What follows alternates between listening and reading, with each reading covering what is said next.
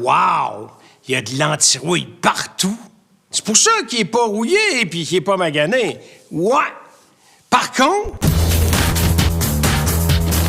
Cette émission vous est présentée par Hagerty Assurance. Conduisons ensemble. C'est une étape cruciale de séparer la carrosserie du châssis. Il y aura à franchir d'autres étapes pour se rendre à la peinture. Mais ça, là, c'est crucial. C'est pas trop long. Fait que là, Guy puis moi, on se concentre sur enlever toutes les composantes à l'avant.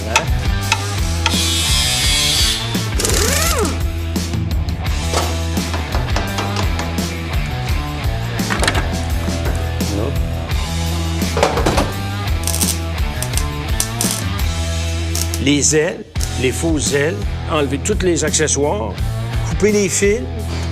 Ça, c'est un relais là, qui part de la boîte de fusible, dans le fond, qui fournit l'électricité pour les phares en avant, c'est ça? Oui, ben ça. Ceux-là, ils sortent... Là, t'essayes de les sauver, pourquoi? Ah non, parce que je suis conservateur. Comme Pierre. référence? Conservateur, Pierre. Oui, c'est ça. Faut jamais rien jeter. Je l'ai appris. Gardez toutes les composantes, parce qu'on sait que Christian m'en a perdu une sur ma Triomphe. Donc, je faisais bien attention à ça. Bon, je vais le mettre ici de côté pour pas le perdre.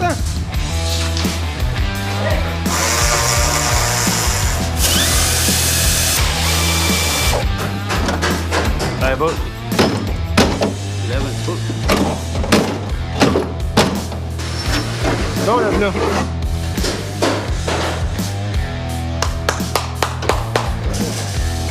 Quelle beauté!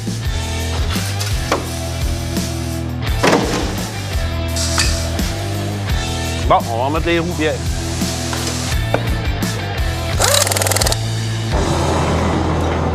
Donc, il a fallu déboulonner, après ça, la carrosserie du châssis, puis lever ça.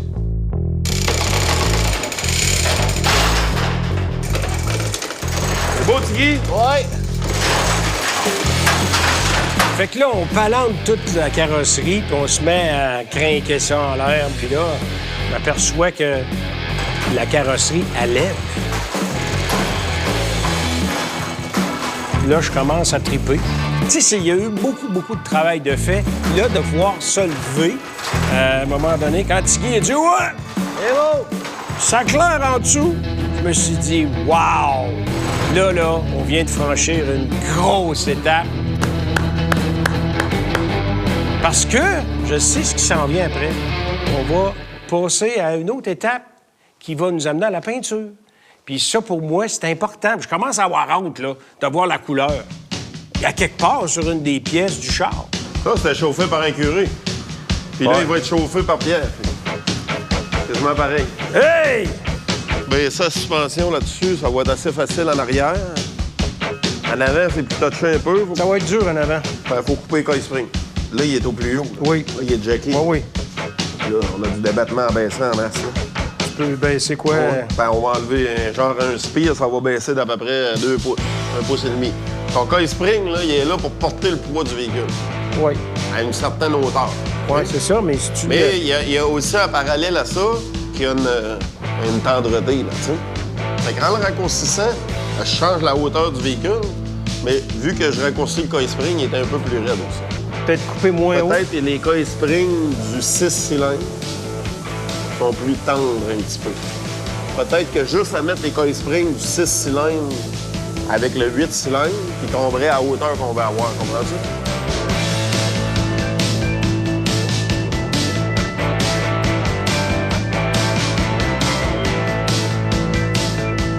Tu sois prêt. Prêt. T'as le fun que t'aurais vissé à la place de dévisser? Ah, OK, je dévissais, excusez. Tu, Pierre, faut tout Gigi. Je te promets, je ne recommencerai plus, Tigui. Vis. Bon, là, on est rendu à une autre étape que moi, je suis pas habitué. Évidemment, je suis pas un carrossier. C'est la fameuse rôtissoire. La rôtissoire, c'est quoi? Ben, tu sais, quand on fait cuire un poulet, là, sur le barbecue, on fait tourner le poulet sur la rôtissoire. Ben, c'est le même principe, mais pour la carrosserie. Donc, ça fait sauver énormément de temps aux gars. de pouvoir la faire pivoter sur elle-même, parce que s'ils veulent travailler en dessous, sur les côtés, sur le dessus, ils n'ont qu'à faire pivoter la carrosserie sur elle-même, sur cette fameuse rôtissoire-là. Le problème, c'est que il n'y a pas de rôtissoir conçu qu'on peut ajuster d'une carrosserie à l'autre. Il faut, à chaque fois, la construire et l'adapter au poids de la carrosserie, à sa dimension. Bref, il faut que ce soit solide pour que ce soit sécuritaire. Ça demande quand même une bonne habileté. Il faut savoir où on s'en va, tu sais, quand on construit ça. Parce qu'après ça, quand on pivote la carrosserie, il faut que ce soit solide. Il ne faut pas que ça bouge, là. Mais le principe est intéressant, mais la job, c'est long. Puis ça demande de la patience. Tiggy! Et fait, ça t'a joué. Ben bon. C'est Tiggy qui a fait ça, hein, puis c'est pas forcé ben. Il est dans de la merde.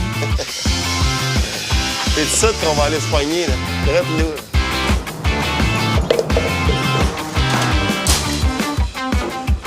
Tu le sens qu'elle est pesante, hein, rien qu'à tosser. Bon, ouais. Qu'est-ce que vous faites? Non, on va le virer. On le tourne. On vire vers où, là? On virait de même. Par là-bas, c'est pas du bon un peu, c'est pas du bon bord. Dedans, hein? OK. Ben, viens nous l'aider. Alors, on accote dessus, on va voir si ça va. C'est justement. Là, tu vas être à côté, c'est les bas de caisse dans pas long. Ouais. OK, wow, là, t'es à côté. Là. Ouais. Ah, venez-vous-en encore. Venez-vous-en. OK, non, ça passe pas. On recule.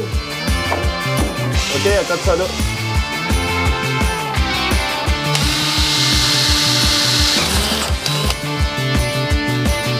Là, on a un d'autres parallèles sur le côté. Number side. Ouais, comme dans le temps, les shérifs font-moi peur.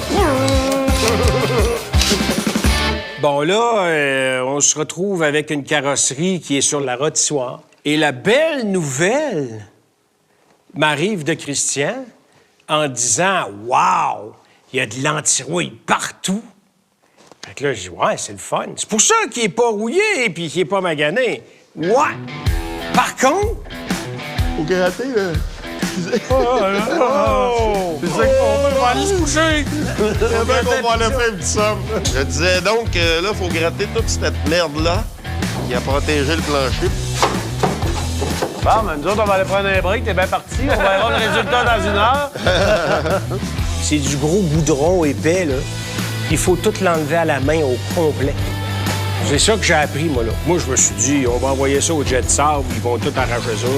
Non. Ils peuvent pas envoyer ça au jet de sable. Il faut d'abord que ce soit enlevé à la main. Ça fait que là, je me suis ramassé là-dedans, mon homme, tête baissée, puis on s'est mis à gratter quasiment toute la journée. Ce maudite cochonnerie-là. Une bonne épaisseur de piche. Donc, une grosse job, mais qui était nécessaire. Parce que si on ne l'enlevait pas, on ne pouvait pas l'envoyer au jet de sable pour décaper le reste de la carrosserie.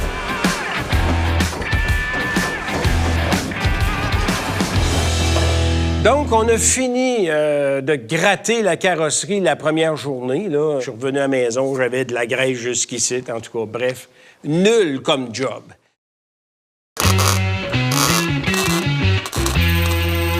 Le lendemain matin, on commence le travail. Guy se concentre, lui, sur le plancher de la plaza, qui est l'ancien plancher de la Belvedere, dans le fond, qui est troué à droite. On ne sait pas trop pourquoi. Le reste de la carrosserie est impeccable, super solide, mais ça, c'est pourri. Fait qu'il est obligé de refaire le plancher. Il va se concentrer là-dessus. Pendant ce temps-là, moi et Christian, on s'en va sur le châssis.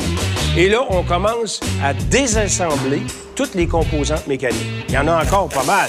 Tu sais, la direction, il y a bien sûr les composantes de suspension, les roues, il faut les enlever évidemment, les conduits hydrauliques. Ça, c'est tout jamais, là.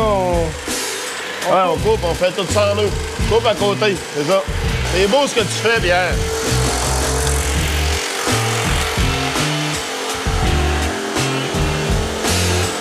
Ah, Pierre, arrête de te couper, là. Il marchera plus jamais, ce char-là. Ah, c'est ça que... Il marchera plus jamais, ce char-là. Il va marcher, mais il va mieux marcher.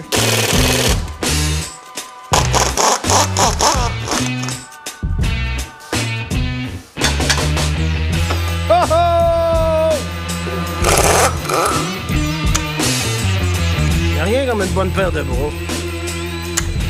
Bon, là, on décringue avec le coil spring, puis attention à ta face.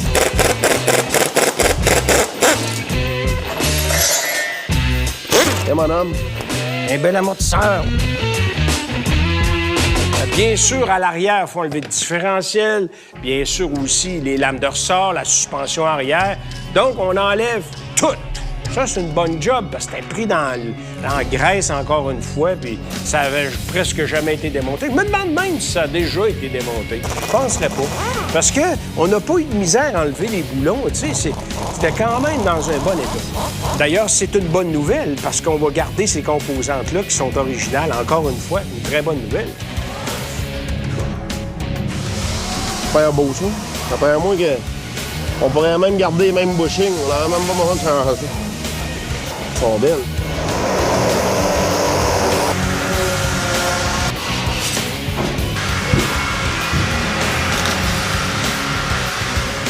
Guy, aujourd'hui, par exemple, faut te le dire, on t'entend pas.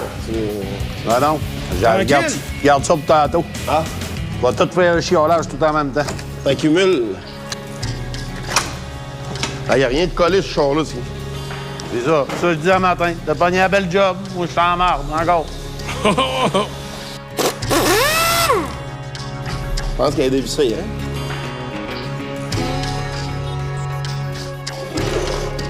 Fait que là, bon, on se retrouve avec le châssis dénudé, plein d'antirouilles. Faut que je recommence encore à gratter cette affaire-là. Cochonnerie. Ça a duré des heures. Par contre, je me suis retrouvé avec un châssis en excellent état. Même la peinture noire d'origine est encore dessus. Excellente nouvelle, parce que très rigide, très solide, c'est une très bonne chose. Je suis content, là, on a fait plus que je pensais. Et évidemment, là, il était prêt. Une fois qu'on a eu fini ça, là, on l'a envoyé au jet de sable. Je pense que c'est le premier char que je restaure de ces années 50-là. Là. Oui, De la peinture sur le frein. Peinture originale. Les deux, là. Toi, tu montes jusque-là, là, tu dis? Non, non, mais je vais recouper après. Là. OK, OK.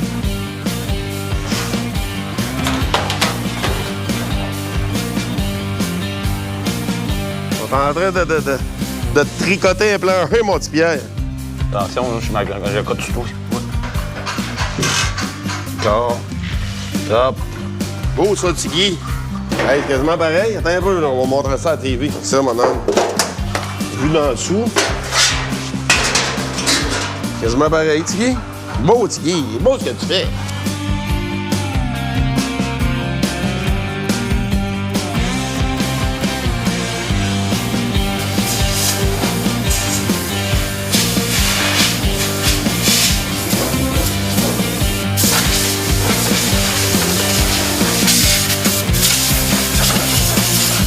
Bon, évidemment, à un moment donné, il revient du sandblast. Il y a une couche d'après de réparation qu'on appelle. Donc, c'est pas l'après avant la peinture. C'est un après qu'on met pour voir les défauts du châssis. Moi, je regarde ça, plein de défauts, plein de graphiques, marche pas. On ne peinturera pas ça de même, là. Parce que moi, je le veux, la couleur de l'auto.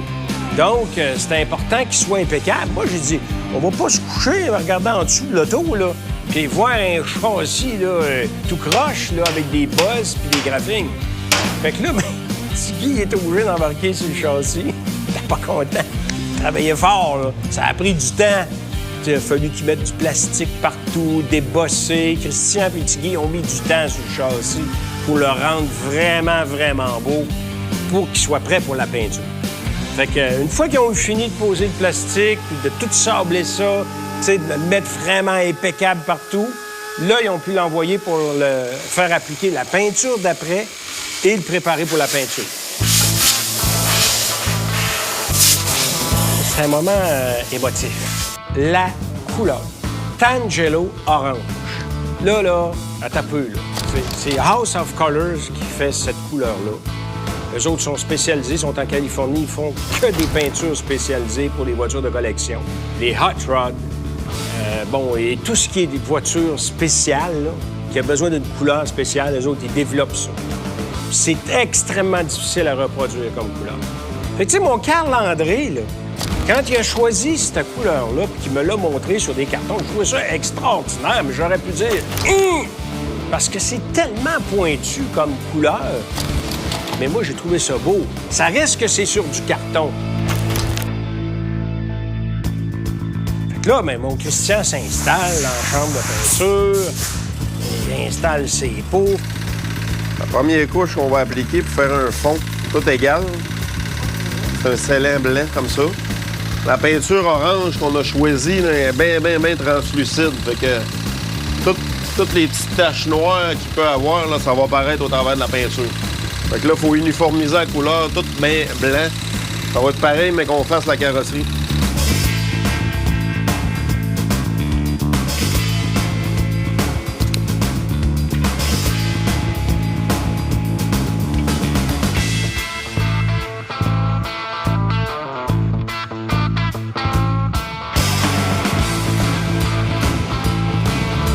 Christian, il fait ses mélanges.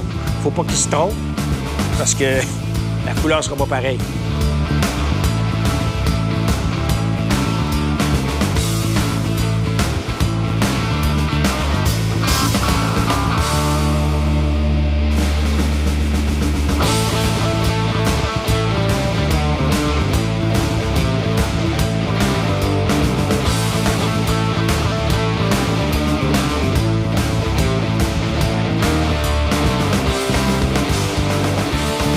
Et là, wow! Je trippe. Je trippe, mais en même temps, c'est parce que c'est moi. Il y a plusieurs étapes pour appliquer cette peinture-là. Il installe la peinture, bien après, pour avoir les effets métallisés puis de couleur dans la peinture, ça prend le vernis.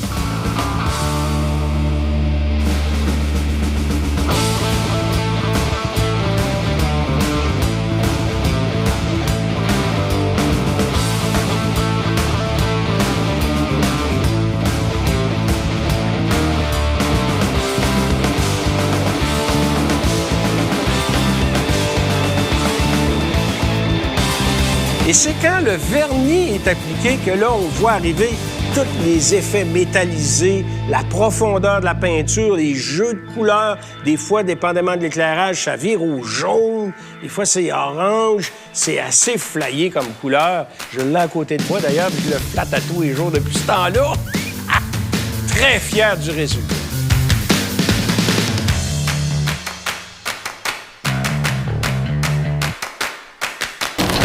Craquet vous a été présenté par Hagerty Assurance. Conduisons ensemble. Fait qu'on voit qu'à l'intérieur, ici, des dépôts. Oh! Fait que ça, ce qu'on voit ici, là, C'est du métal? ça, c'est du laning. Laning qui provient Des clutches? des clutches internes ou la bande. Oh boy, là, ça, j'aime moins ça. Mais il n'y a pas de métal. Ah! Ça veut dire que probablement que les engrenages à l'intérieur sont en bon état.